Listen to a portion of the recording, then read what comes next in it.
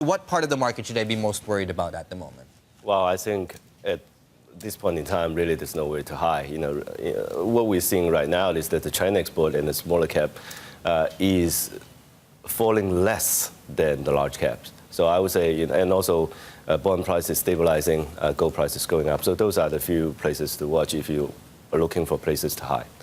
And is it safe to assume that we'll be in this very turbulent ride across markets for the next few days, simply because I guess people are just getting squeezed out, forced selling? A lot of people are getting calls at the moment. How long further do you think before this settles? Yeah, I think, the knife starts falling, and I think it's still too soon to try to catch falling knives. Before this, what we're seeing is that consecutively for almost 3 weeks, Hong Kong market has been rising, especially led by large cap blue chip stocks.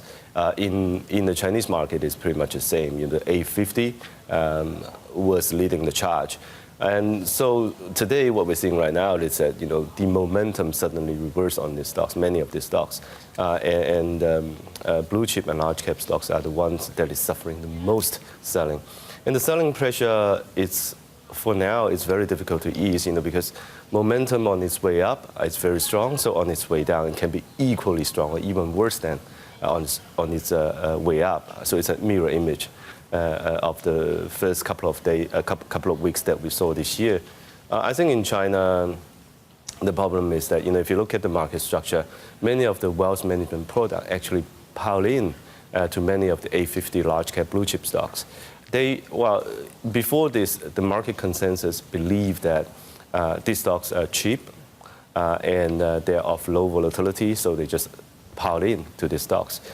So now, because of the deleverage campaign, and also because there are new rules coming out saying that many of these wealth management products may not be able to extend their product duration, right. Probably sometime this year. So they would have to sell down the positions. And that is one of the reasons why we're seeing such heavy selling pressure. Okay, so let's just try and get sort of an idea of how bad the damage could get based on that assumption. How big a part of a market are these wealth management products? So assuming they don't get 30 trillion yuan. 30 trillion renminbi in size, but of course, we can't say. But not everything's going to get not rolled over. That's right.